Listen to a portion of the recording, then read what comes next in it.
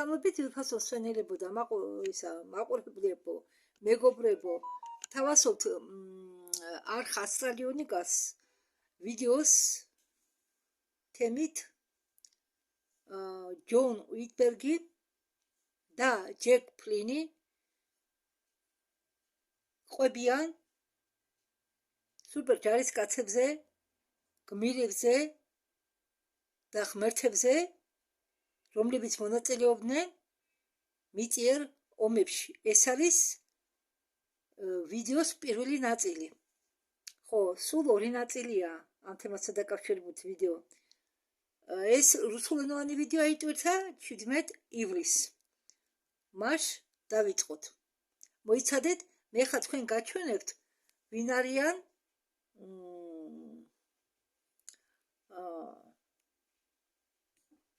ჯონ უიტბერგი და ჯეკ ფლინი. აი ეს არის ჯონ უიტბერგი. ეს არის ჯონ უიტბერგი. ეს არის ჯეკ ფლინი. ორივე არიან ყოფილი სუპერ ჯარისკაცები და მონაწილეობდნენ ბევრ ომებში. მათ შორის ისინი იყვნენ გაგზავნილი გერმანელებთან, ნაცისტურ გერმანელებთან, რომლებსაც უწოდებდნენ ნაცისტებს, მაგრამ არ შეგეშალოთ, ფაშიზმი და ნაციზმი სხვადასხვა გაგებაა და ფაშიზმი შექმნა მუსოლინმა იტალიაში, ნაციზმი კი შეიქმნა გერმანიაში და შექმნა ადოლფ ჰიტლერმა. და ის ემბლემა, ნაცისტების ემბლემა სინამდვილეში არის ჩვენი სახელურის გამოსახულება, სადაც ჩვენი სისტემა არის განლაგებული, სადაც დედამიწა არის და ამ სისტემაში არის დედამიწა განლაგებული და თვით სისტემა არის ამ გალაქტიკის ერთ-ერთ სახელურში განლაგებული.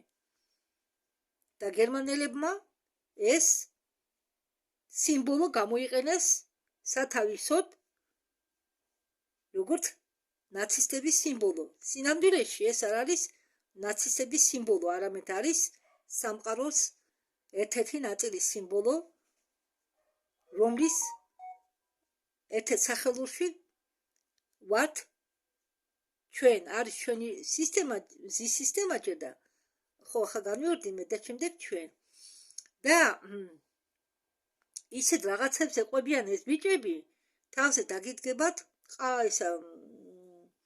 ყალბათმები. და რასაც ესენი ყვებიან, საკურველია, ბევრისთვის მithude სკეპტიკოსებისთვის იქნება ძალიან რთული დასაჯარებელი, მაგრამ აი ეს არის რეალობა, რომელსაც ჩვენ გვიმალავდნენ და თანდათანობით ეს რეალობა მჟღავდება. კიდევ ერთი რეალობა, ძალიან მწარე რეალობა, რომელიც ჩვენ არც კი დაგვესიზმრებოდა. მას დავიწყოთ. და უმეტესწილად ასეთ ინტერვიუებს თქვენზე დამავიწყდა თქმა მაშინაც კი წინა ჩანაწერებში, რომ ამ ვიდეოებს ართმევს ამ ყოფილ ინსაიდერებს არხი კოსმოსური ცნობიერება. ხო, რომ იცოდეთ. წამყვანი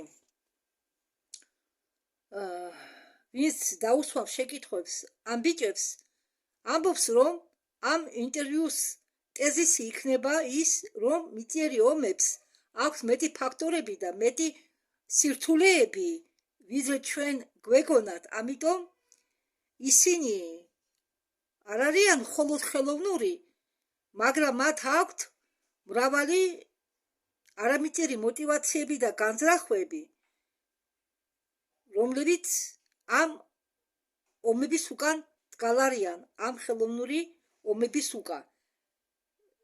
და ჩემი სტუმრები არიან ორი ადამიანი, რომლებიც იყვნენ ერთად ჩრდილოვან ოპერაციებში, რამდენიმე ალტერების ხეულში, ალტერების სახით და მათ აქვთ პირადი გამოცდილება ამ ომებში მონაწილეობით ისინი ბევრ ომებში იღებდნენ მონაწილეობას და ძალიან ბევრი გამოცდილება დააგროვებს ამ ომებთან დაკავშირებით, რომელზეც ჩვენ დღეს ვისაუბრებთო.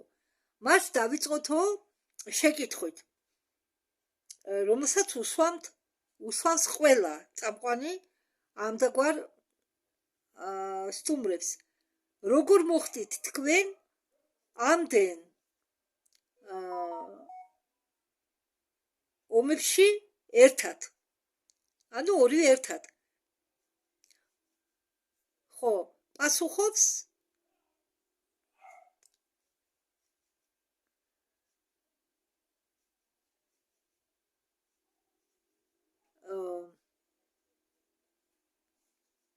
ჯონ უიტბერგი მგონი. ერთი წუთით. პასუხობს ჯეკ ფლინი. აი ეს ქუდიანი რომ გაჩვენეთ მე. აგერ ქუდიანი, მოიცადეთ, კიდევ გაჩვენებთ. აი ეს არის ჯეკ ფლინი. აი ეს არის ჯეკ ფლინი. ეს არის ჯონ უიტბერგი. პასუხობს ჯეკ ფლინი. ჯეკ ფლინი ამბობს, რომ იმის მიზეზიო, რომ ჩვენ ჯონთან ერთად ვიყავითო ამ ომებში, იწყებაო ჩვენი პროექტების შექმნის დღიდან. ესე იგი, ჩემ შემთხვევაშიო, მე ვიყავიო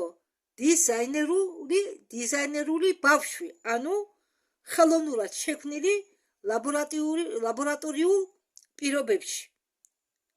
უბრალოდ სიტყვებით რო ვთქვათ, ჯო ფლინი შექმნეს როგორც ჯეკ ფლინი, უпростоრად, ის ქუდიანი კაცი შექმნეს როგორც ლაბორატორი ნიმუში, ჯონ უიტბერგთან ერთად ორივე შეიქმნა ლაბორატორიაში და ეს ორივე შეიქმნა პროექტების დასაწყისში, საიდუმლო კოსმოსური პროგრამების დასაწყისში და ჯეკ ფლინი ამბობს, რომ ჩემი შექმნა პროექტებშიო მოხდაო 1967 წელს ზონა 52-ში. და იქიდან შემდეგო მე გადმომიყვანესო ეს პროგრამა სახელწოდებით გიდრო განაყოფი მე-17. მე გადამიყვანეს იქიდან, უბრალოდ გადმომიყვანესო იქიდან კონტრაქტის ჩარჩოში სხვადასხვა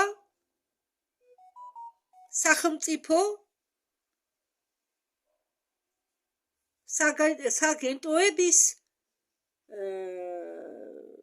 შორის დამყარებული, ანუ დადებული კონტრაქტის მიხედვით.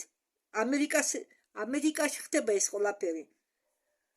და აგრეთვე კონტრაქტის დადებით მარსიანელი გერმანელებთან და ტუბანურ იმპერიასთან. ვინ არიან მარსიანელი გერმანელები? ეს არიან მიწირი გერმანელები, ანუ გერმანული არისტოკრატია, რომელმაც ომის შემდეგ გაიქცა ატლანტიდაში, იქიდან კი დრაკონიელების დახმარებით გაფრინდნენ მარსზე და იქ შექმნეს თავიანთი კოლონიები და არა მხოლოდ მარსზე.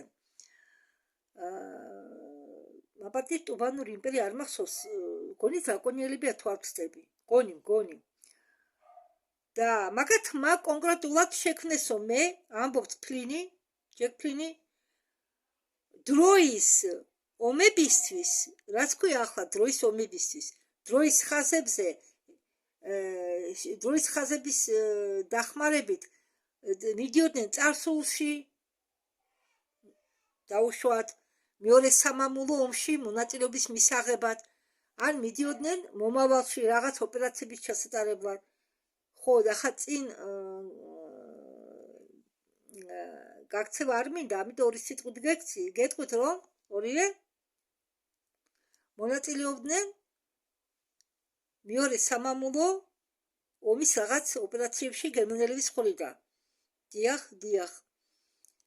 ისინი შექმნენ, იმიტომ რომ აგრეთვე დახმარებოდნენ ნაცისტურ გერმანელებს, მაგრამ ეს გერმანელები ჯერ არ იყვნენ იმ მომენტში ისეთ წარსულ დროში გაუშვენ ეს ბიჭები დასახმარებლად, რომ ისინი ჯერ იყვნენ დედამიწაზე, ჯერ არ იყვნენ გამოყოფილი თავის ნაციას. ანუ გამოდის რომ ჯერ კოსმოსში არ იყვნენ გაფრენილები.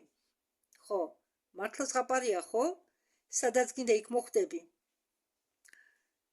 და ეს ჯეკ ფლინი ამბობს მე შემქმნესო ამ დროის ომებისთვის და ზეგავლენის გასაფართოებად აქ და აგრეთვე კოსმოსში.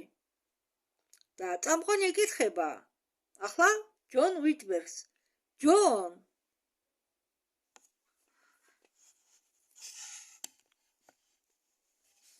შენ როგორ მოხდიო ჯეკ ფლინთან ერთად ამდენ ომებშიო? ჯონ უიტბერგი ამბობს ჩემი მამისო დახმარებითო. ხო, და როგორც ჯეკიო, ანუ ჯეკ ფლინს გულისხმობს, მეც ვარო დიზაინერული ბავშვი. ანუ ამბობს რომ მეც ლაბორატორიაში ვარო შექმნილი იმისთვის რომ მემსახურო, რომ მომსახურებოდი იმ ადამიანს, რომელსაც მე პირად საუბრებშიო უწოდებ მას 1000-სახიან ადამიანს, მაგრამ მისი სახელი შეიძლება მოიპოვო Google-ში და ეს არის ემერი.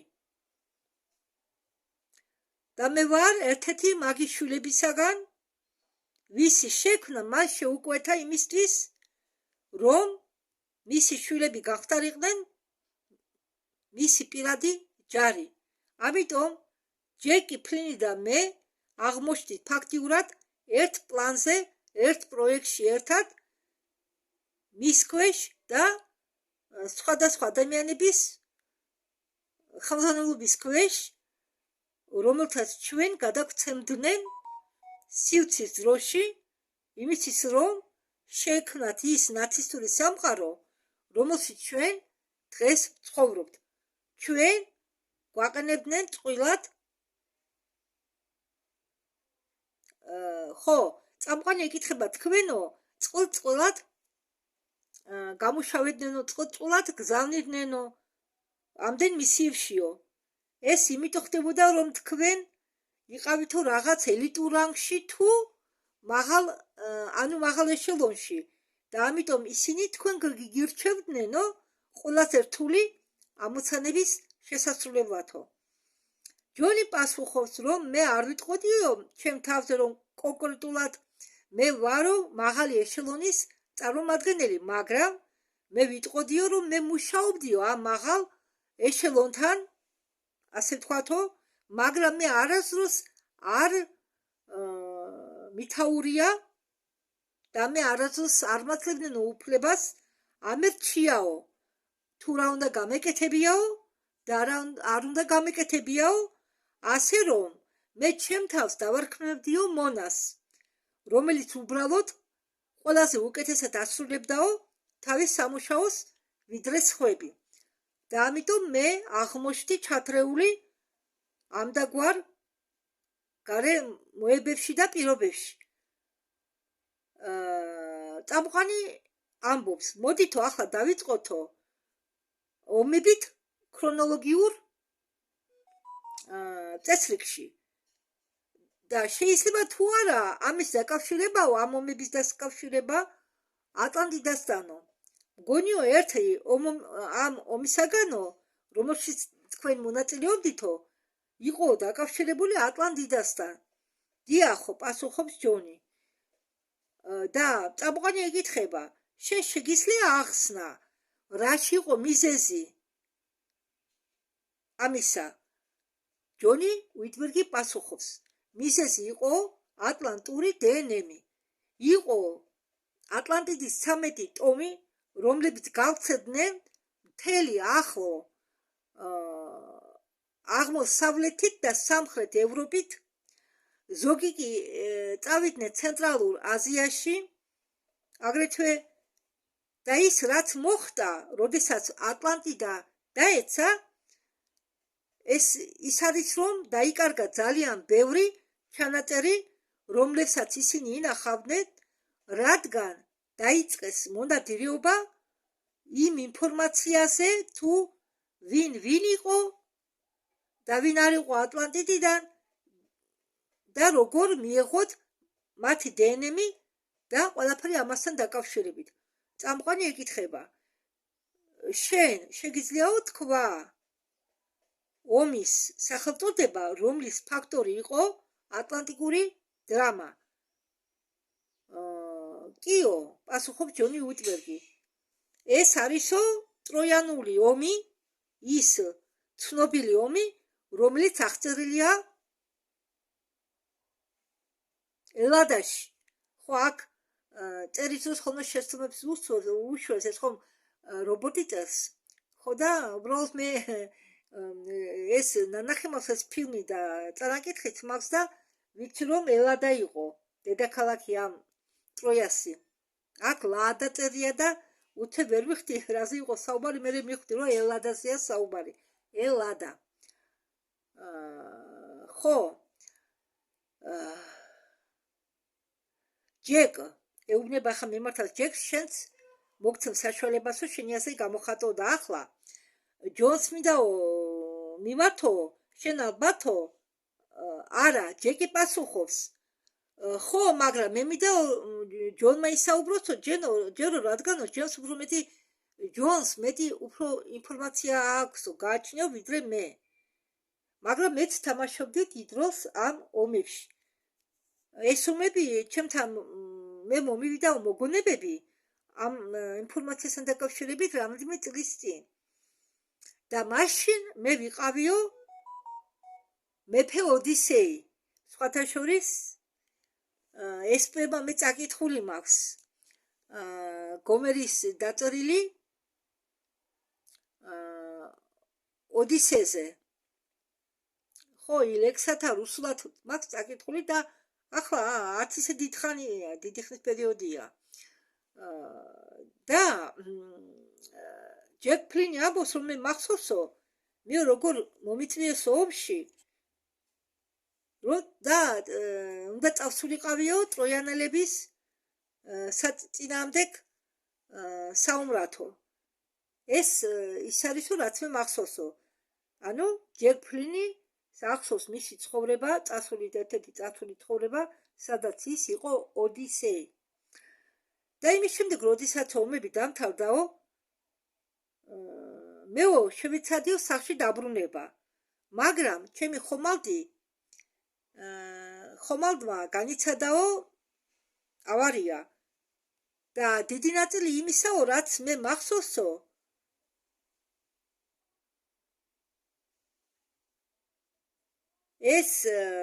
ის არისო, რომ ჩვენ იქ უნდა ყოფილიყავითო და ყველაფერი უნდა გვენახაო ჩვენი თვალებითო, რადგან ეს უამრავი რაოდენობა სიკვდილისა, ეს ქაოსი, ეს ყველაფერი ჩვენ უნდა ჩვენი თვალით გვენახაო სრული და ჩვენ გახდითო მოწმებიო სრული დამაგრებელი ძალისაო. და არა მხოლოდ ეს, იქ იყვნენო ანუნაკები, რომლებაც მიიღეს მონაწილეობა ამ ომში, დრაკონელებიც იღებდნენ მონაწილეობას ამ ომში, დრაკონელებაც მიიღეს მონაწილეობა ამ ომში. იყო ძალიან ბევრი უცხოპლანეტარული ჯგუფებიო, რომლებიც იყვნენ ჩათრეული ამ ომში. ეს არ იყო ერთი და ორი ჯგუფიო, ეს იყო ტოტალურად ყველა ჯგუფები იქა მაშინდელ დროს და ეს იყო კონტროლისთვის იმ სტრატეგიული წერტილისაო, ძალიან ძლიერი ქალაქისა და ძალიან ძლიერი ტექნოლოგიებისაო. ანუ უნდათო ამაზე კონტროლი. ესე იგი ამ ომში მონაწილეობდნენ გმირები, ანტიკური გმირები. ხომ გახსოვთ, ალბათ ბევრი ფილმი გაქვთ თქვენ ნანახი. იგივე ახილესი, ზევსი, პოსეიდონი და კიდე ბევრი, არ მახსოვს ახლა სახელები, იგივე ოდისეი. და იქ იყო ახილესი, ანუ აქილესი ქართულად, და ის იყო ყველაზე ცნობილი. აპატიეთ ხარი მტკივა. მაგრამ ისო თუ რატომ არ ამბობენ ისინი რომ არესიც მონაწილეობდაო ამ ომში არ ვიციო იყვნენ სხვა ნახევარ ღმერთებიც რომლებიც ომობდნენო იმ ომში ანუ იმ ომში ღებულობდნენო მონაწილეობას არისო კიდევ ერთი რაღაც რის თქმა შემიძლიაო ახილესზე ანუ აქილესზე ქართულად ეს ის არისო რომ ის იყო ჩვენი სტენის მეგობარი მართლაო კითხულობს წამყვანი ხო და აგრეთვე ეს დაკავშირებულია იმასთან რის თქმა მემიდოდაო ტროიანულ ომზე და ეს არის იდეალური მაგალითი დროის მარკურშისაო როდესაც ჩვენ ფიქრობდითო რომ მონაწილეობდითო მიფებში მაგრამ სინამდვილეშიო ჩვენ მონაწილეობდითო ამ მიფის შექმნაშიო ბიჭები მონტოკიდან იყვნენ ამ ეს ფიგურები რომლესაც ჩვენ კითხულობდითო ელიადაში უბრალოდ ელადაში ან ილიადა სხვა ხო ილიადაში და რაში იყო ოდისეს როლიო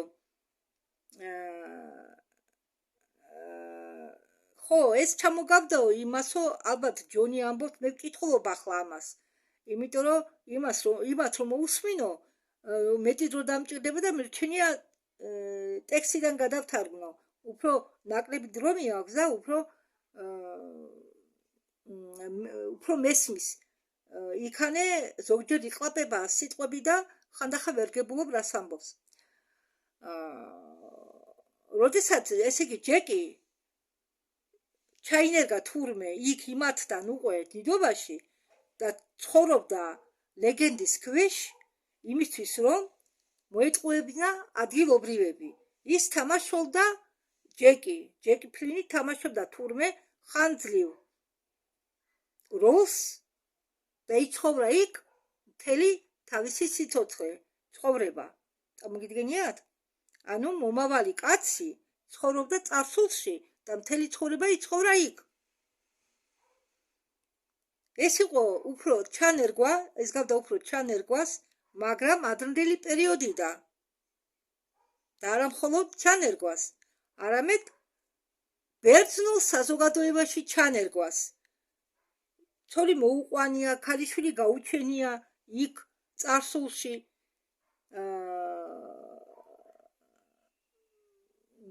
და ჯონ უიტბერგი ამბობს მე მომიწვიესო ომში მე ვიცოდი რომ რაღაც იგეგმებოდაო და მე უნდა მიღო მონაწილეობაო ამ საქმეში და ჯეკ ფლინი ეუბნება ჯონს ჯონიო მე მახსოვსო შენო მითხარიო რომ ელენა ტროიანელი იყო კიდევ ერთ-ერთი პიროვნება რომელიც იყო მონტოკიდან ანუ მომავლიდან გაგზავნილი იყო წარსულში ელენა ტროიანელის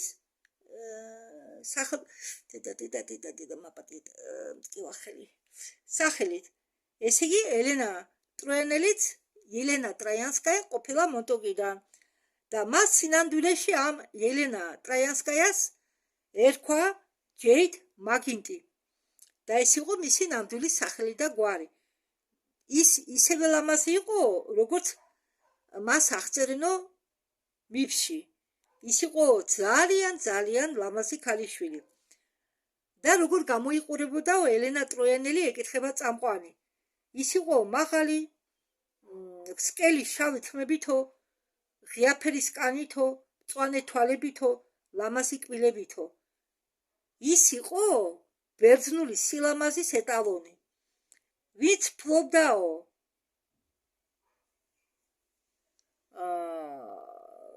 თუ რომელი უცხო პლანეტელებით დაჯგუფება ფლობდაო რომ მხარეს ამ ომში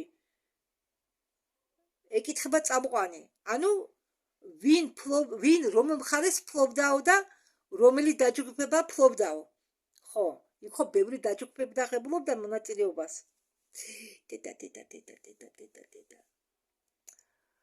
და პასუხობენ რომ დრაკონიელები ფლობდნენ საბერძნეთით მაგრამ მე არ მახსოვსო ვინ ფლობდაო ტროიას ამბობს ჯეკ ფლინი სხვათა შორისო ტროია იმ დროს იყო განლაგებული დღევანდელი თურქეთის სამხრეთ ტერიტორიაზე, რადგან საბერძნეთს ფლობდნენ დრაკონიელები, ეს ხსნიდა იმას, თუ თქვენ რატო უჭერით მათ ხარს. კი ამბობს წამყვანი ეუბნება ჯეკ ფლინს. და თქვენ გახსოვთ თუ როგორ ეხმარებითო ბერძნებს ომის მოგებაში? კითხა წამყვანმა. არაო, ჯეკ ფლინი პასუხობს, პირადად მე არაფერი მახსოვს ამასთან დაკავშირებით, მაგრამ იყო მიზანი. და წამყვანი ეუბნება, ხო და ამიტომ იყავითო თქვენ იქ? დიახო, პასუხობს ჯეკ ფლინი. და ბერძნებმა მოიგესო და მასე წერიაო ისტორიაში. კარგითო, მოდითო ახლა გადავიდეთო მეზობელ ბერძნულ სპარსულ ომებთან, რომელიც ნაჩვენებიაო ფილმში 300 სპარტანელი, ამბობს წამყვანი. და ეგეფო რამე გეთქვათო ამ ფილმთან დაკავშირებითო და როგორ აღმოჩნდითო თქვენ ამ ომში ჩანერგილი. ჯეკ ფლინი ამბობს, რომ ძალიან ცოტა მოგონება გამაჩნიაო ამ თემასთან დაკავშირებით. ჩვენ ორივე ვიყავითო იქ, მაგრამ ჩვენ ვიყავითო სპარსეთის ერთ-ერთ გამოქვაბულში და შეიძლება ეს იყო აღმოსავლური თურქეთი, სადღაც უდაბნოში. და ჩვენ ვიყავითო ჩვეულებრივი ბერძნების ჯარისკაცების ჯგუფთან ერთად.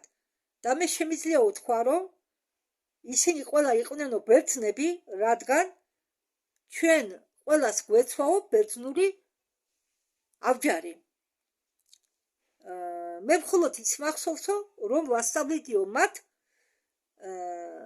ბრძოლის ტექნოლოგიებსო. ეს ყველაფერი ეს არისო ყველაფერი, რაც მე მახსოვსო იმაბავთან დაკავშირებით დღესო.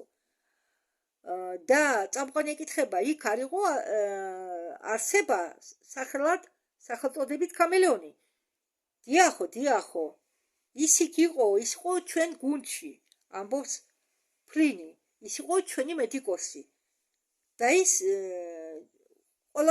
მას ყველა ხედავდაო. კარგიო, ამბობს წამყვანი, მაგრამ თქვენ ხომ იყავითო ბერძნების დაცვის ქვეშო? დიახო, მაგრამ მე ფიქრობ, რომ მაშინ იყო აი ყველას დასანახავად, ყველა ხედავდა ისეო, მაშინ დადიოდნენ იქ, იყვნენ გარეული სხვა უცხო პლანეტელებიც. ადამიანებზე მეტად იყვნენ უცხო პლანეტელები. და ხალხი შეჩული იყვნენ მაგათ ნახვას. და არ უკვირდათო, რომ ხედავდნენო უჩვეულო არსებებსო. არ უკვირდათ, რომ მიჩვეული იყო ხალხი. და მაგ დროს ფარდა იყო ძალიან წვრილი, საერთოდ არსებობდაო. და ჩვენ ყველანი ვიყავითო გაძლიერებული ჯარისკაცები. წამყვანი ეკითხება, თქვენ გახსოვთო რამე საბრძოლო ეპიზოდები? კიო, მახსოვსო, მე მახსოვსო, რომ ეს იყო საშინელება. მე მქონდაო ხმალი და ეს ხმალი თელავდაო სპარსელებს როგორც გაზონს ლესალესა ჭრიდაო გაზანაკასილკაც რომ უტოდებენ ქართულად. ანუ ბალახის საჭრელი რომა და რომ ბალახს ჭრიან. ამ მაგდაგვარად ანადგურებდაო სპარსელებს ჩემი ხანჯალი არა, აპატიეთ. ხმალი. ეს ჩემთვის იყო საშინელი მოგონება. როგორო ეკითხება წამყვანი, შენ მას ისე ჭრიდიო, როგორც ხელი დანაკარაქსო? ხო, მასე გამოდისო, ამას აკეთესო გაძლიერებული სუპერ ჯარისკაცი. თუ ნახავთო ფილმ სამასის სპარტანელი იქ არის ასეთი ეპიზოდი, სადაც მეფე ლეონიდი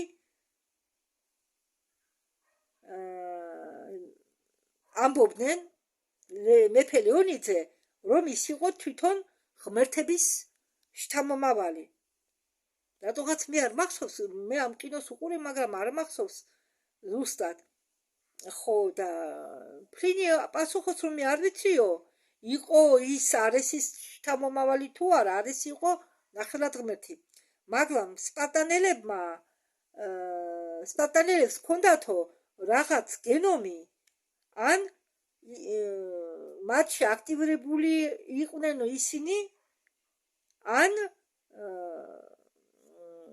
მაპატიეთ ამ სპარტანელებს გააჩნდათო რაცხა გენომი, რომის აქტივაცია მოახდინესო, ან და მათი ამ სპარტანელების გაძლიერება მოახდინესო იმდაგვარად, რომ მათ შეძლესო, გააძლიერესო სპარტანელები ჩარევით იმდაგვარად, რომ მათ შეძლესო პარცელების შეჩერება ფირმო პირების მისადგომებთან. ისინი იყვნენ მნიშვნელოვანი ძალა ბერძნულ სპარსულ ომებში. ისინი და მაგათმა გაერთიანესო საბერძნეთი ამ ომის შემდეგო. ხვდიახო, მათ თქვესო, რომ სპარსელები აქ მეტი არ დაბრუნდებიანო და მე მახსოვს, როგორ მომდიო პროფილმა პილასის წინააღმდეგ. არესი იყო იქ, არესი ომობდაო ლეონიდის ხარესო, ეს იყო კიდე ერთი ნივთი, რომელზეც ისტორიაში არ მოგეყვებიანო, ის ომობდაო იქ, ჩვენც ომობდითო იქ და მე მახსოვსო პილი, თუ პილი, სწორად როგორ იქნება აქ არასწორად წერია და მე არ ვიცის, რაზე აქ საუბარი ქალაქია, მე მგონი, მაშინდელი დროის ქალაქი. ჩვენ გავიგეთო, რომ რაღაც ხტებაო. ჩვენ ძალიან ბევრი ვიომეთო, ბევრ ადგილას, მაგრამ ჩვენ ვაკეთებდითო აგრეთვე ღამის,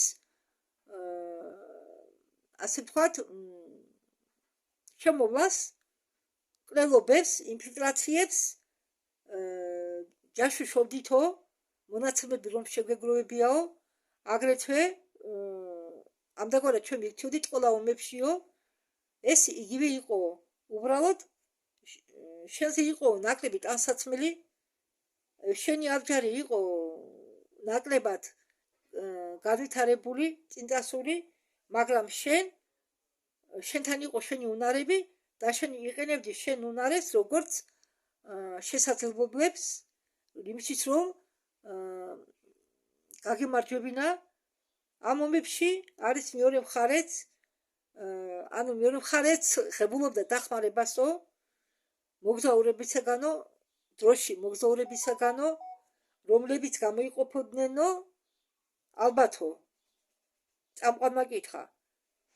ხო, კიდევ ორ სიტყვად გეტყვით, რომ გაიგოთ ზუსტად. წამყვანი ეკითხება, ალბათო, მეორე მხარესაც ეხმარებოდნენ, დროში მოგზაურობები, დროში მგზავრებიო. ხო და კიო, ფაქტურად ომი ისე არ ტარდება ყველგან მასია. ერთმანეთს შეაჯახებენ და ორივე მხარეს ეხმარებიან, მაგრამ ერთმანეთის წინააღმდეგ აქეზებენ და ერთმანეთს აკლებინებენ, როგორც ეს ხდება დღესაც. დღევანდელ კონფლიქტებში მას ეხდება, რა გონია თქვენ? მხოლოდ ერთ მხარეს ეხმარებიან? არა, ორივე მხარეს ეხმარებიან, რომ ერთმანეთი რაც შეიძლება მეტი ამოხოცონ. და ასე იყო აფხაზურ კონფლიქტის, ქართულ-ოსურ კონფლიქტის დროსაც. ნებისმიერ კონფლიქტში ხდება ამდაგვარი რამ.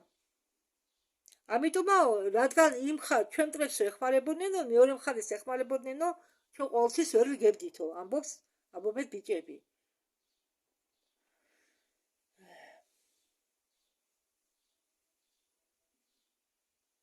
ხო, ჩვენო მახსოვსო მე თუ ჩვენ როგორ ბრძოლობდითო მეფე ლეონიდის ხარდახარ. ეს იყო ლეგენდარული, რადგან დედამისაც ვიცნობდითო.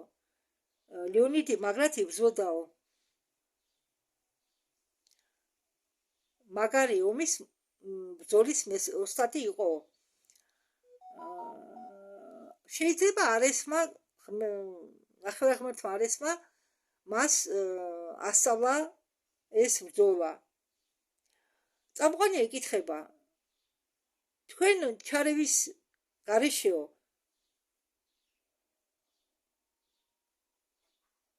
სპაცელები გამოვიდნოდნენო გამარჯვებულად ამ ომშიო. შეიძლებაო ჩვენ ამის შესახებ ვერაფერს გავიგებთო, მაგრამ იქ იყვნენო დაქირავებული პირები, მილიონზე მეტი ადამიანი. და ეს ხალხი იყვნენ მოსულები სოფლიოს 4 მხრიდან, როგორც იტყვია, რომლებაც შემოარტყეს ერთ პატარა ქალაქს. კარგითო, წამყვანი ეუბნება, მოდითო ახლა გადავიდეთო უძიანის დაპყრობასთან თემაზე. უძიანი ეს ხო ჩინეთზე გადავიდნენ.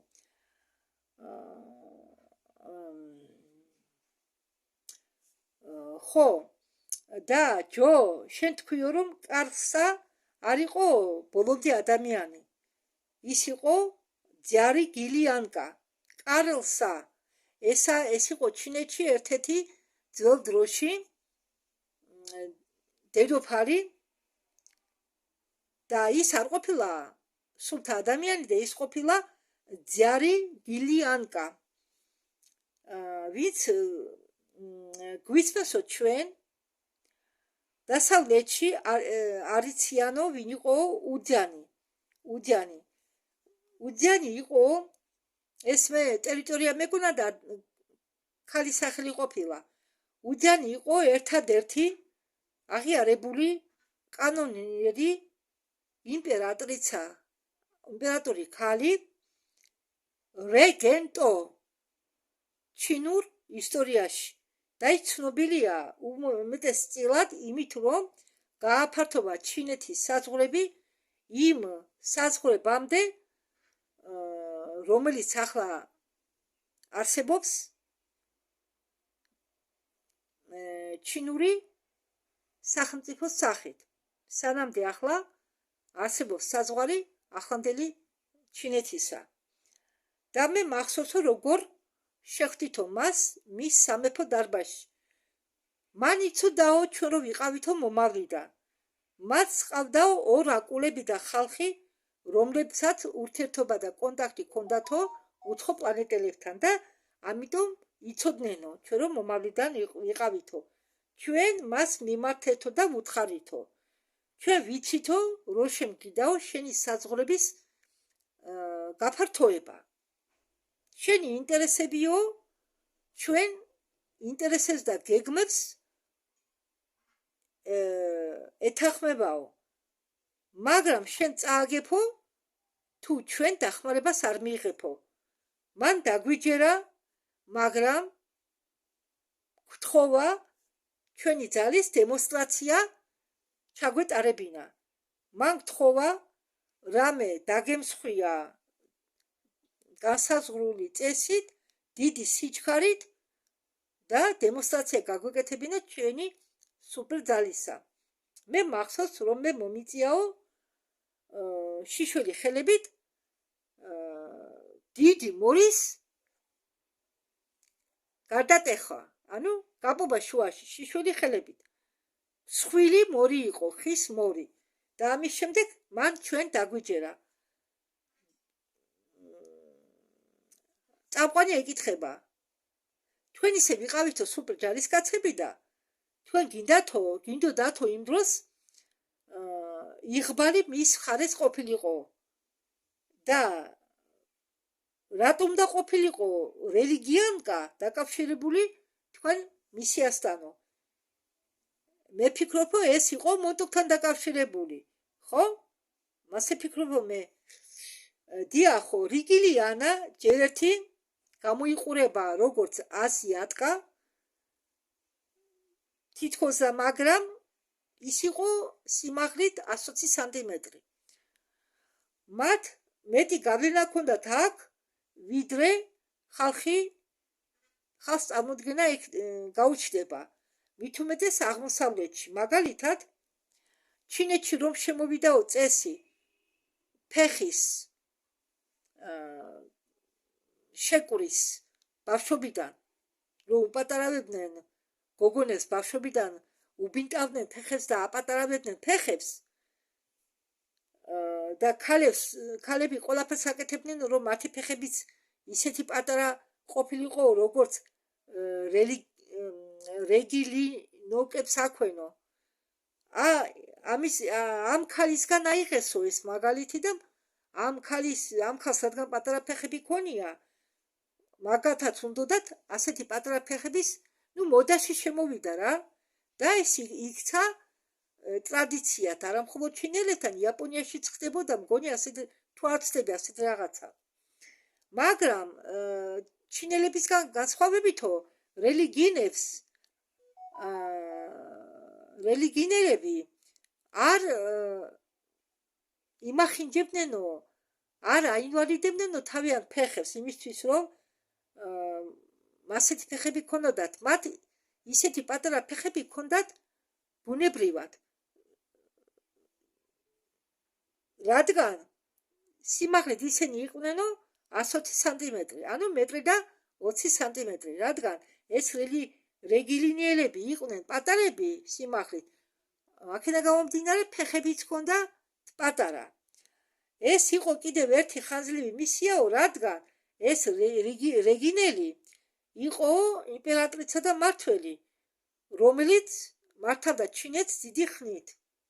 ჩვენც დიდი ხნით ვიყავითო ჩინეთში, სადღაც 25 წლის განმავლობაში, თქვა ჯეკ ფრინმა.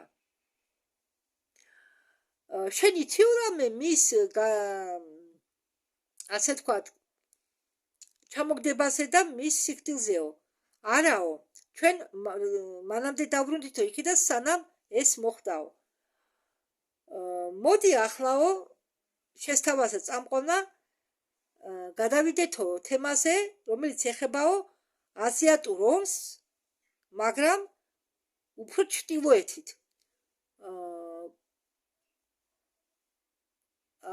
აქ საუბარი მიდის კოგურიოზე. როდესაც მე ეს დასახელება გავიგე, გამახსენდა კორეული სერიალი. იქაც ბევრჯერ ახსენეს კოგურიო. შემდეგ ეს კოგურიო გახდება კორეა. ხო და კოგურიო მიდიოდა ძალის წინააღმდეგ. და რა სიტყვითო თქვენ იმის შესახებ, კოგურიოზე შესახებ და სად იმყოფება ეს რეგიონი ახლა და რატომ გახდაო ეს რეგიონი ინტერესის საგანი დღეს. ახლა კი მოიმზადეთ ჩემო მსვენელებო, მეც გამიკვირდა ერთი თქმა მიწა კორეა ვის აინტერესებს ისე ძლიერ, რომ რამდენი წელია ჩრდილო და სამხრეთ კორეას აქვენ დაძაბული ურთიერთობა ერთმანეთთან. ეგ ხომ ერთ და იგივე ნაცია, ერი, ხო? ახლა მეც გამიკვირდა ეს რომ გავიგე. არა, მე ამ ვიდეოზე არ მომისვენია, იმიტომ რომ ვიცოდი რომ მარტო საწყის მოусვინე და ვიცოდი მე რომ ამას შემოგთავაზებდი თქვენ და ამიტომ უფრო საინტერესო რო ყოფილიყო ჩვენთვისაც ამის მოსვენა გადავდე. და თურმე რატომ გახდა კორეა ინტერესის საგნად? მოიმზადეთ, იმიტომ რომ იქ არის ქვეყანა კარიბჭეები. ეს არის კორეული ნახევარკუნძული და კაგურიო ეს არის დასახელება, რომლისგანაც წარმოიშვა სიტყვა კორეა. ეს არის პორტუგიზირებული წარმოთქვა, ანუ პორტუგალიულად კორეას ნიშნავს. კოგურიო პორტუგალიებმა დაარქვეს კორეა და ეს პორტუგიზირებული დასახელება დარჩა. მიახლოებით იქ არისო სამი სამეფო. ისინი იკავებდნენო ამ ნახევარკუნძულს, აგრეთვე მანჯურიის დიდ ნაწილს. ალბათ ბევრს სმენიათ მანჯურია, ხო? ანუ მათი ტერიტორია ადრე უფრო დიდ ფართობს შეიცავდა ვიდრე დღევანდელი კორეის ტერიტორია და ისინი იყვნენ სინამდვილეში ძალის ხარეს. ჩვენ წავაგეთ. ეს არის ერთ-ერთი ომი, რომელიც ჩვენ წავაგეთ. და ეკითხება წამყვანი და რამდენი პროცენტი ქონდა თქვენ იღბლისაო, რომ ამ ომში გაგიმარჯვათო. უიო, თქვენს ბიჭებმა ინდივიდუალური მისიებიო სადღაც იყო 65% და საერთო ომებშიო ჩვენ ვიგებდითო მიახლოებით 70%-ის გამარჯვებით. და წამყვანი ეკითხება და თქვენ ისევ გზავნიდნენო თუ წააგებდითო? ეს იყო მხოლოდ ერთი მცდელობაო, პასუხეს ბიჭებმა. ჩვენ რამდენიმე მცდელობა გქონდაო. ჩვენ გქონდაო რამდენიმე ომები, სადაც ჩვენ არაერთხელ ყოფილვართო. ჩვენ მივდივართო, წავაგებთ, ვიღუპებით. უпростоრად, ჩვენ მივდივართო და თუ ჩვენ ან წავაგეთო, ან ვიღუპებითო, ჩვენ გვაცოცხლებენო და ისევ გზავნიანო განმეორებით ომში. მეორე სამამულო ომთან დაკავშირებით იგივე ხდებოდაო. მაგრამ ეს იყო უფრო გვიან და ეს იყო ეს მეორე მსოფლიო ომი უпростоრად ერთ-ერთი ამდაგვარი ომებისაგანო. წამყვანი ეკითხება თქვენო გახსოვთო ადგილობრივებზე რამეო? ბიჭები პასუხობენ. ჩვენო ხსენიაო რომ ისინი მაშინ იყვნენო შამანიზმში, მიახლოებით იმ დროში შამანიზმი ძალიან დიდ გავლენას ახდენდა ჩინურ კულტურაზე და კორეულ ნახევარკუნძულზე რაღაც კი მახსოვსო, მაგრამ ბევრი არაფერიო. ხო, ისინი იყვნენო შამანიზმში, თითქმის მაგები იყვნენო. და ეკითხება წამყვანი და რა უნარები გააჩნდათო მაგათ? ტელეკინეზი, განკურნება. შენ თუ გახსოვ ნანახი მულტსერიალი ავატარი, ეს ის არის თუ რასაც ისინი აკეთებნენო, ისინი მათ შეეძლოთ ამის გაკეთება. მაგრამ როდესაც ეს ყველაფერი შეიცვალაო, ანუ იქიდან გამომდინარეო, რომ ეს კონფლიქტი იყო სადღაც 400-ან 500-ან წლებში, ეს იყო დასრულების დასაწყისი მათთვის. მე ფიქრობ, რომ სადღაც მიახლოებითო 5 თაობის შემდეგო ეს ყველაფერი პრაქტიკულად გაქრაო. მოდითო ახლა დაუბრუნდითო ჩინეთს, ამბობს წამყვანი. მოდითო წავიდეთო რამდენიმე საუკუნით წინ და გადავიდეთო ოპიუმ ომებისკენ, რომლებსაც გონი აქვსო ძალიან ძლიერი კავშირი ლემურიის დაკარგულ კონტინენტთან. დიახო, ეს იყო დრაკონიელების დაპყრობილი კონტინენტი იმისთვის, რომ ანუ ჩინეთი დაიპყრესო დრაკონიელებმა იმისთვის, რომ ჩამოეგდოთო მანჯურული მმართველობა ჩინეთში. მანჯურები კი, რომლებიც მოვიდნენ მანჯურიიდან და ისეთებად, რომლებიც იყვნენ ცნობილები მაშინ იმ დროს წარმოადგენდნენ ნამდვილ ლემურიელებს, ანუ მანჯურიელები მაგ დროს წარმოადგენდნენ ნამდვილ ლემურიელებს, რომლებიც როდესაც საიმპერიო სისტემა დაიშალა და გადაიქცა ჩინურ რესპუბლიკად 1912 წელს ამ დროიდანვე დაიწყო რბილი გენოციდი ამ მანჯურებისა, რომელიც გრძელდება დღემდე. მართალია, ჩინეთი სულ ატარებდა მანჯურელების გენოციდს. წამყვანი ეკითხება, ვინ ვის მხარეს იყო? პასუხობენ ბიჭები, რომ დრაკონელები იდგნენო ჩინელების მხარეს, მათ უნდათო მანჯურელების განადგურება, მანჯურებს კი ხარდაჭერას უცხადებდნენ ღვთისმლოცველები. ანუ რუსულად მათ უწოდებენ ბაგამოლი. ესენი არიან მწერები, ადამიანის მეტი მაღალი მწერები. ეს ღვთისმლოცველები არ გეგონოთ დღეს დედამიწაზე რომ მცირე მწერები დაფრინავენ ეცითქნა. არა, ის ჩვენზე მაღლები არიან ისინი და ნურალის ნუ შეგახვედრათ. ძალიან უყვართ ადამიანების ჭამა ზოგიერთებს. მოდით ახლა ჩვენ დაუბრუნდეთ კორეას. იქ იყო ბევრი რამ და იქ არის კონკრეტული ადგილი, სადაც იყო ტექნოლოგიები. ეს ადგილი იმყოფება დემილიტარიზირებული ზონის ქვეშ. კიდევ გავიმეორებ. დემილიტარიზირებული ზონის ქვეშ. ანუ სამხრეთ კორეის ტერიტორიაზე, მიწისქვეშ. იქ არის მიწისქვეშა კომპლექსი. ყველა ეს ტუნელები, რაც კი არსებობს ვიეტნამში, კორეაში, თავიდანვე იყო აშენებული უცხო პლანეტარული რასებით. ადამიანები კი,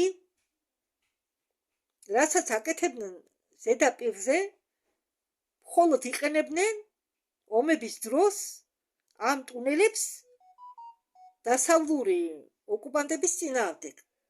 როგორ ფიქრობ, ეკითხება წამყვანი, როგორ ფიქრობო, არტეფაქტები ამ ზონიდან ცნობილი არის დღევანდელ დღეს ჩვენ დროში?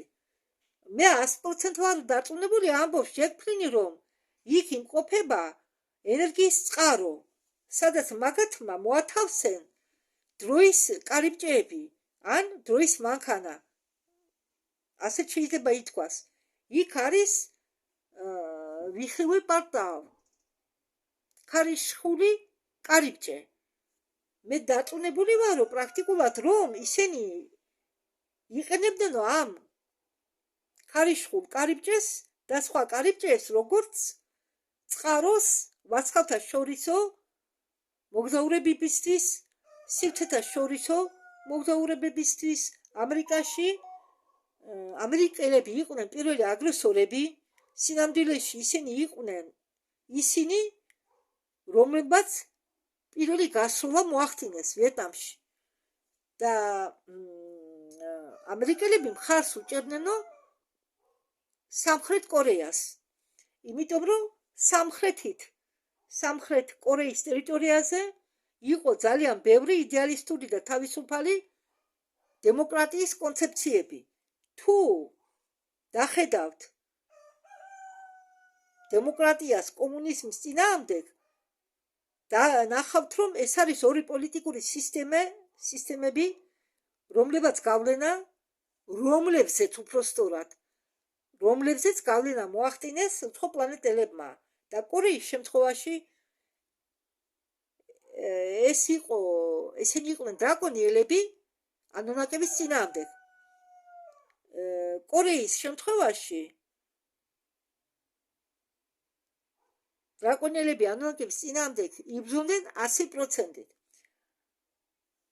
და წამყვანი ეკითხება, და ამ დემილიტარიზირებულ ზონას ჩვენ დროში ვინ აკონტროლებს?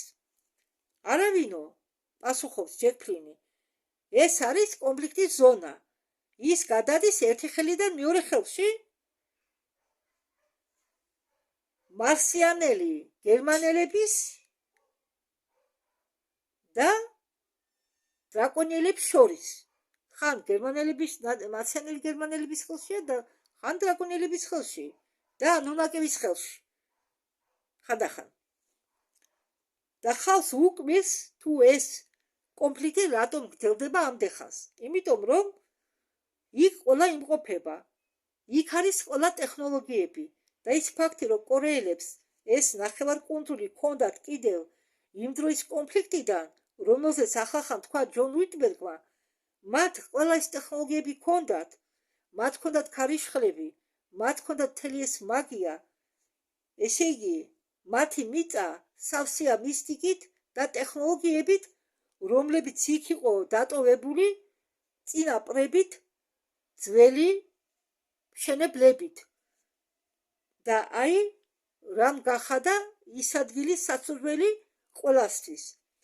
მათ ჰქონდათ ჩვენი წინაპრების, თავიანთი წინაპრების ტექნოლოგიები კორეაში და ამიტომ კუგურიო ან ის რასაც ჯონი საუბრობდა აქამდე თუ რატომ იბრძოდნენ ასე გამწარებული და რატომ მოვიდნენ მაჯურები აქ, იმიტომ რომ ყველას უნდათ ამ რეგიონის ხელში ჩაგდება და აი რატომ არიან ყველანი ისინი დღეს კონფლიქტში. ხო, წამყვანი ამბობს, ჩვენო ახლა ვიყავითო ოპიუმური ომებზე საუბარში. რა მოხდა? ეკითხება წამყვანი. ეს დრაკომ მოახდინა ინიცირება ამ ოპიუმი ომებისა, რომ მანჯურული დინასტია ტინი ჩამოეგდო და ოპიუმმა ომება დაიწყო ის, რაც ჩინეთში დღეს ცნობილია როგორც ასწლეული დამცირება და რომლის გამო იმპერიული სისტემა თანდათან დაიშალა. თუმცა იმპერიული სისტემა არ იყო კარგი არასდროს. მაგ იყო ექსპლუატაციური, ცუდი, საშინელი და მისი ჩამოგდება იყო დრაკონიელების გეგმა. პასუხობს ფლინი. იყო ორი საოპიუმო ომი. ამბობს ფლინი, პირველი, როდესაც გონკონგი იქნა გადაცემული ბრიტანეთს და მეორე ოპიუმი ომი მიდიოდა მაშინ, როდესაც მაჯურია იყო გადაცემული ნაწილი რუსეთს და ნაწილი ჩინეთს. ხო, ნაწილი წაიღო რუსეთმა, ნაწილი დარჩა ჩინეთს, მაჯურია. გონკონგი ეს არის მნიშვნელოვანი ხაბი თავისი ვარსკვლავური კარიბჭეებით? ეკითხება წამყვანი. ანუ წამყვანი ეკითხება, გონკონგი შეიძლება ჩაითვალოსო ხაბი როგორც თავისი ვარსკვლავური კარიბჭეებითო? კიო, მართალიაო. ახლა ჯონი პასუხობს, ჯონ უიტბერგი. ჩვენ ჯერთან ერთადო ვიყავითო იქ ბევრჯერ, ძალიან ბევრჯერ. იქ არის ძველი ობიექტი ან მიწისქვეშა ბაზა, ძველი ადგილი ლანტაოს კუნძულ ლანტაოს ქვეშ. იქ კუნძულ გონკონგის ქვეშ კი არა, კუნძულ ლანტაოს ქვეშ. და ეს ის ადგილია, სადაც დღეს არის განლაგებული გონკონგის აეროპორტი. აგრეთვე გონკონგური დისნეილენდი. და როდესაც ჩვენ უბრუნდებით ამ ომებს, ჩვენ აგრეთვე უნდა ვთქვათ აბურსკი ვოინახ, ბურსკი ვოინე, რომლებიც აგრეთვე იდგნენ ძველი ტექნოლოგიების უკან და აგრეთვე ამ ომში მონაწილეობდნენ დრაკონიელები. და ეს იყო ძალიან პატარა კონფლიქტი მათ მასშტაბისთვის, მაგრამ დედამიწის მასშტაბებში ეს იყო ძალიან დიდი უზარმაზარი კონფლიქტი. ანუ ისი თქვა უნდა ჯონს, რომ დრაკონიელებისთვის ეს მცირე ადგილია, მაგენი ხო უზარმაზარები არიან და ადამიანებისთვის ეს იყო დიდი უზარმაზარი ომი. ძალიან ბევრი ხალხი გადის ამ სკოლას და ეს ოპიუმური ომებიო იყო რაღაცით დაკავშირებული საიდუმლო კოსმოსურ პროგრამებთანო, ეკითხება წამყვანი. დიახო იყო. ის რაც ხდებოდა ვაჭრობის პერიოდში და ცulis პერიოდში, როგორც მას უწოდებ, ეს იყო ყველაფერი პირველ მსოფლიო ომამდე. ეს იყო ერთ-ერთი ომებისაგან, რომელშიც სინამდვილეში მონაწილეობდნენო საიდუმლო კოსმოსური პროგრამები. იმასგან განსხვავებით, თუ ვინ უჭერდაო მხარს პროქსის ან ვინ აგზავნიდაო მოგზაურებს დროში წარსულში. ეს იყო ერთ-ერთი პირველი ომებისაგან, სადაც სინამდვილეში შეზღუდულად მონაწილეობდნენ საიდუმლო კოსმოსური პროგრამების წარმომადგენლები. ასე ვიტყოდიო და ამ ომის შედეგად იყო ბრიტანელების გამარჯვება.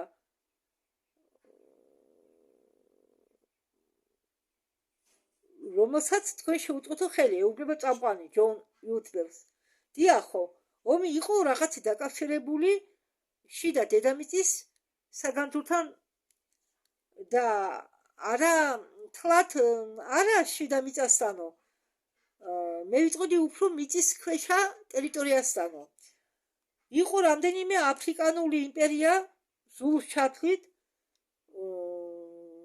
უდიდესი ზიმბაბვეს ჩათვლით და რამდენიმე სხვა სამეფოების ჩათვლით, რომლების დასახელება ჩვენ არ ვიცით, მხოლოდ იმიტომ, რომ მაშინ ამ ტომებს არ ჰქონდათ თავისი წერლობა, რომელიც უნდა მოსულიყო ჩვენამდე. და ისინი ტექნოლოგიურად ძალიან იყვნენ განვითარებული და დატოვესო ჩამარხულა თავისი ტექნოლოგიები სამხრეთი აფრიკის ტერიტორიებზე. ახლა კი მოდით გადავიდეთ უფრო ახალ ისტორიის მისადმი, პირველი სამამულო ომი. წამყვანი ამბობს ახლა ამას და წამყვანი ეკითხება, რა სიტყვითო თქვენ ამ პირველი სამამულო ომის მიზეზებზე. მე ვიტყოდიო, რომ მთავარი მიზეზი ამ პირველი სამამულო ომისაო იყო პირობები შეექმნათო მეორე მსოფლიო სამამული ომისთვისო. ანუ თურმე პირველი სამამულო ომი იყო მიზეზი იმისა, რომ შეექმნათ მიზეზები შემდეგ რომ დაწყებულიყო მეორე სამამულო ომი.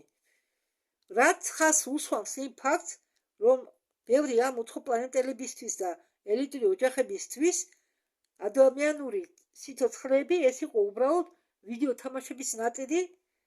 ესე იგი, რამდენი ადამიანი დაიღუპა პირველი სამამულო ომის დროს? 17 მილიონი ადამიანი. და ეს იყო მხოლოდ თამაშის უდიდესი ნაწილი ადამიანებისა. რაც ეხებაო იერარქიულ პირამიდას ამ პროცესში, სად მოათავსებდიო შენ უცხოპლანეტელებს, ეკითხება წამყვანი ჯონ უიტბერს. სად მოათავსებდიო ადამიანების საიდუმლო საზოგადოებას?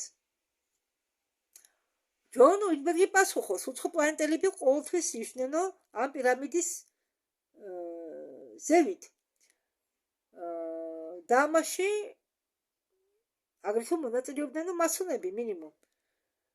ბევრი მაღალ რანგის მასონები. და მე გულისხმობ, რომ თუ თქვენ წახვალთო საიტზე მასონების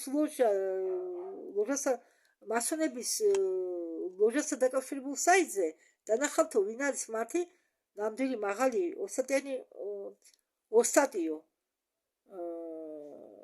ისინი მათი შედარება შეიძლება უცხოპლანეტარულ ავატარებთან. წამყვანი ეკითხება, არისო რაღაც კონკრეტული რასა, რომელსაც ისინი ეკუთვნიანო ეს მასონები? შეიძლება ნანაკები იყვნენო და მათი კავშირი იქნესო სოლომონის ტაძართან. ილუსტრაციის სახითო, თუ რამდენად ხელოვნურიაო ეს ყველაფერი, პასუხობს უკვე ჯეკ ფლინი და როგორცო მე მითხრაო ჯონმა, ფრანც ფერდინანდის კვლევობა, რომელიც ცნობილი მოვლენა და რომელიც გახდა ტრიგერი პირველი სამამულო ომისა, მანამდე იყო, სანამ ეს ყველაფერი მოხდებოდა ოპერაცია მონტოქში. მაგრამ მე ჯერ ვერ გავიხსენიო თუ რას ვაკეთებდიო, ან ვინ რას აკეთებდაო იქ.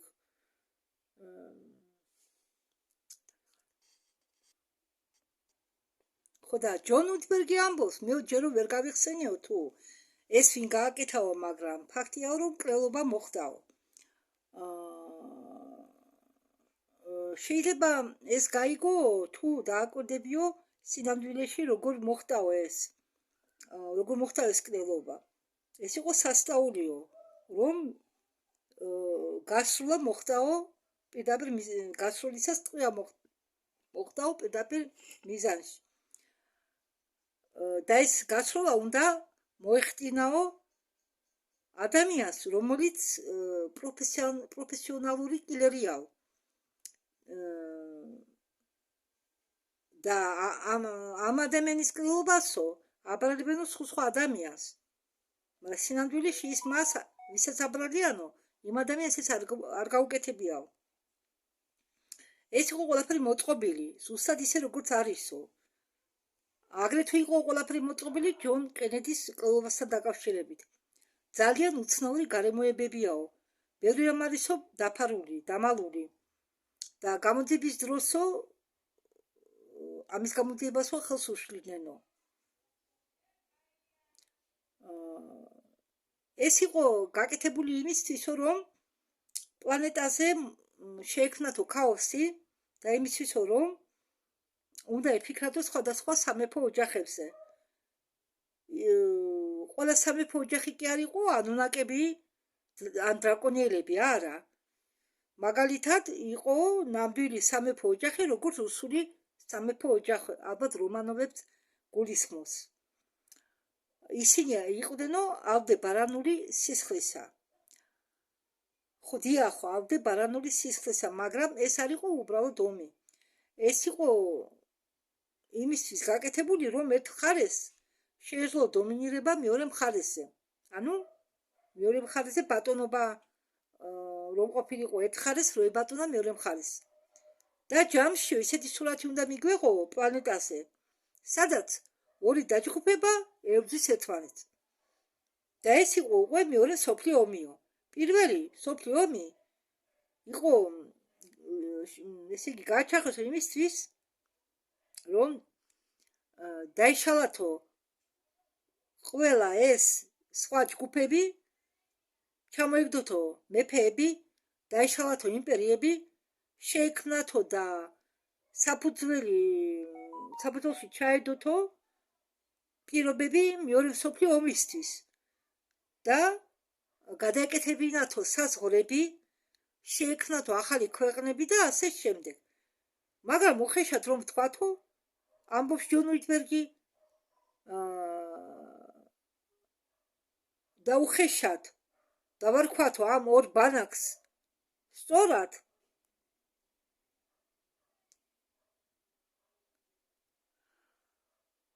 რომელნაც ერთი ნაწილი იყო დრაკონიელების მხარეს, მეორე ნაწილი იყვნენო ანუნაკების მხარეს პირველ მსოფლიო ომში. და ისინი პრაქტიკულად იაპონიის გარდა ისინი არიანო. და აგრეთვე წამყვანი ეკითხება, შენ როგორ შეგიძლია ახსნაო ის, რომ იაპონიამ სხვა მხარე დაიკავაო. იაპონია, პასუხობს ჯონ უდბერგი, ეს არისო სრულიად ცალკე თემა. ჩვენ შეგვეძლო მთელი გადაცემა გაგვეკეთებიაო იაპონიაზე, მაგრამ იაპონია თამაშობდაო დრაკონიელების მხარეს. და როგორც მე ვიციო, წამყვანი ამბობს, წამყვანი. იაპონია თამაშობდაო დრაკონიელების მხარეს და აგრძელესო მან მხარეს თამაში, როგორც მე ვიციო, ასე თუ ისე დღეს მასე არისო. მაგრამ იაპონიამ აქამდე სადღაც მეახლოებით 4000 წლის განმავლობაში იმპერატორი ხერახიტის მოსვლამდე თამაშობდა ერთ-ერთი ფრინველების რასის მხარეს. არა ცისფერი ავიანებისა, რომელზეც კორიგუდი საუბრობდა, არა. ის რასა, რომელს მხარეც იყვნენ მანამდე იაპონელები, გამოიყურებიან როგორც თუთიყუშები. მე ზუსტად არ ვიციო, ამბობს ჯონ უდბერგი, საიდან არიანო ისინი, მაგრამ იაპონიამ მიატოვაო მათი მხარდაჭერა, რადგან მოინდომაო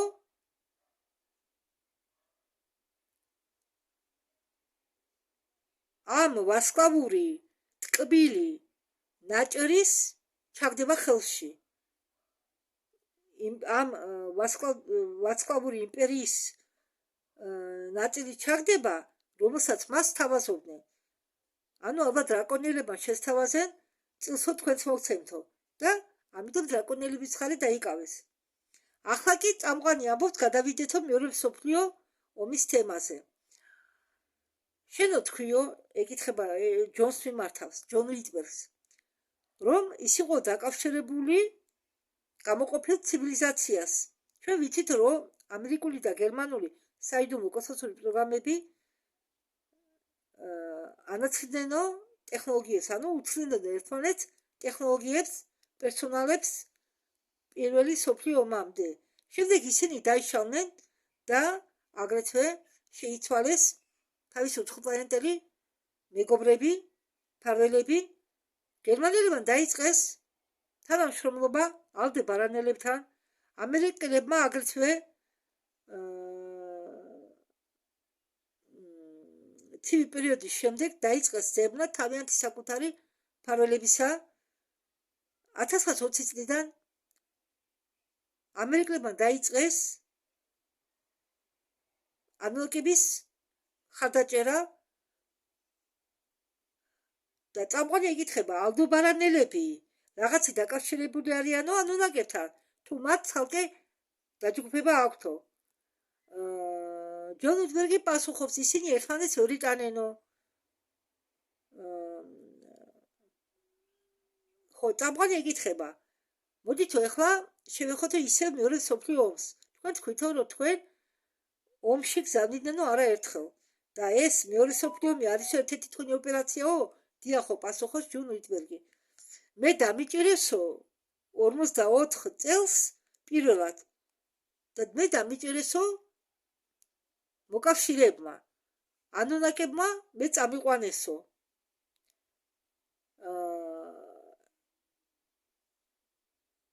არდენულ ტყეში ისინი იქ დამიგესო მახე და მე ამ მახეში მოხვდიო და მასე დამიჭირესო მე. შემდეგ გადაწყვეტესო თამაში სხვაგვარად წაიყვანათო. მეორედ უკვე მე გამგზავნესო და ჩამნერგესო მოკავშირეებთან. მე მაქვსო მოგონებები,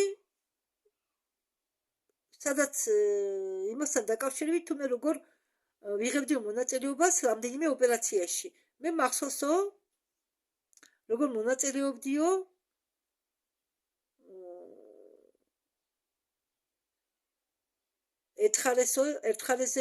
ერთი მხრის ხარესეო. მე მონაწილეობდი აგრეთვე ჰოლანდურ ოპერაციაში, რომელზეც იყო გადაღებული ფილმი ხიდი ძალიან შორსა და ეს იყო პირველი წარუმატებლობა მოკავშირეებისა ნორმანდიაში გამოსხდომის ჩასხდომა არა, ნორმანდიაში გადმოსხდომის შემდეგ. ხო, აი ეს ისტორია. და მან კიდევ გააგრძელა ომი 8 თვით და ეს იყო საჭირო იმისთვის და ეს იყო საჭირო უпростურად ომის წაგრძელება კიდევ 8 თვით იმისთვის, რომ გერმანელებმა დაიწყეს იქიდან ტექნოლოგიების გამოტანა. ეს მოხდა გერმანიის გარე უბანში, ჩრდილო დასავლურ მხარეს, ჰოლანდიის საზღვართან, იმ დროს ახლა კი ნიდერლანდებთან. მაშინ იყო ჰოლანდია, სახელწოდება ახლა ნიდერლანდები. რაიონს ეწოდებოდა ნეიმეგანი. ეს აგრეთვე იყო ოპერაცია, როდესაც ჩვენ შევეჯახეთ სარკების ტექნოლოგიას. არა, ეს იყო სამხრეთ აღმოსავლეთ მხარესო, სადღაც ჩინეთის სამხრეთ აღმოსავლეთშიო, მაგრამ ეს იყო აგრეთვე ომი დიახო იმ პერიოდში. სარკები იპოვეს უფრო ადრე. სარკები იპოვეს 41 წელს მიახლოებით ჩინეთის სამხრეთ აღმოსავლეთით პირამიდების ქვეშ. წამყვანი ეკითხება ჯეკს, მგონიო შენცო ამ ომის ბოლოს ეხმარებოდიო გერმანელებს აღმოეჩინათო მიწისქვეშა ბაზა პირამიდა გიზის ქვეშ 41 წელს. თუ არა 42 წელსო, ხო 42 წელსო და როგორ შეიძლება ამის გაკეთება? ჯეკ ფლინი პასუხობს: ჩემი ეს იყო ჩემი პირველი ჩანერგვა. მე ჩავინერგიო გერმანიაში. მე დავეშვიო, არ მახსოვსო სადღაც შავ ტყეშიო, სადაც მე ჩავნერგესო, მე დავეშვიო ჩემ კაფსულაში და ადამიანები, რომლებიც მე იქ მომისალმესო, იყვნენო მაღალი გერმანული მეთაურობაო, სამეთაურო წარმომადგენლები, ესენი იყვნენო გიტლერი, გიმლერი, რომელი, გერინგი და გებლსი. მაღალი თანამდებობის წარმომადგენლები და მაგათმა უბრალოდ ამიხსნესო ჩემი მისიების აზრი, რომელშიც უნდა მიმიღო მონაწილეობა. მაგათმა მე მომთესო ინფორმაცია იმის შესახებ, თუ მე რა უნდა გავაკეთო და რით უნდა დაკავებულიყავიო და ის რომ მე უნდა დაკავებულიყავიო უცხოპლანეტელების ტექნოლოგიების ძებნით. მithumetes მაგ დროს ეგვიპტეში იყო ანუნაკების ბაზა და ჩემი დენების გამო მე მქონდა მოგონებები ანუნაკებზე, რადგან ერთ-ერთი ანუნაკი იყო დონორი სპერმისა და მე შემძელი ამ გენეტიკური მეხსიერების გავლა და ვიცოდი სად იყო შესასვლელი ბაზაში, ერთ-ერთ ბაზაში, რომელიც იყო განლაგებული პირამიდა გიზის ქვეშ. და ეს სამი ის ცნობილი არქივი, სადაც იყო ცნობები და ტაბულები, თუ როგორ გამოიყურებოდა ბაზა, ეკითხება ხა წამყვანი. დიახო, როგორც მე ვფიქრობო, ჩვენ მოგვიწეო გათხრების ჩატარება. ეს არ იყო პირამიდის ტერიტორიებზე, პირამიდის ქვეშ არა. ეს იყო რაღაც მანძილზე პირამიდებისგან მოშორებით. ჩვენ მოგვიწეო ჩასვლა, ჩვენ თხრიდით რაღაც მომენტი, რაღაც დრო, შემდეგ იყო რაღაც ძველი წყალსაცავი, ეს იყო წვილი შახტა, უნდა მიხოხით უნდა გავსულიყავით, ჩვენ გავედით ეს შახტა და ამ შახტა გაგვიყვანა დიდ გამოქვაბულში, ეს რაც მე მახსოვსო, ამბობს ჯეკ ფლინი და უნდა გესმოდეთ, რომ გერმანელები იყვნენ იმ დროსო დრაკონიელებთან კავშირში. ესე იგი ისინი ფაქტიურად ძალით ეჭრებოდნენ ტყის ტერიტორიაზე, რომელიც იყო მიტოვებული იმისთვის, რომ მოეპარათო ტექნოლოგიები, ეს იყო ანუნაკების ტექნოლოგიები, რადგან ეს იყო ერთ-ერთი მთავარი იმ ნივთებისაგანო, რომელსაც ისინი გამოიყენებდნენ ანუნაკების წინააღმდეგ უკანა პროექტირებით. ეს მათ აძლევდა უპირატესობას ომში ანუნაკების საწინააღმდეგოდ. ალბათ იმ პერიოდში ისინი იყენებდნენ აგრეთვე ვარსკვლავურ კარიბჭეებს იმისთვის, რომ გადასულიყვნენ მარსზე. დიახ. და ამაზე ჩერდება ვიდეოს პირველი ნაწილი. ამის შემდეგ მე თქვენ შემოგთავაზებთ ვიდეოს მეორე ნაწილს. მადლობთ ყურადღებისთვის, დროებით.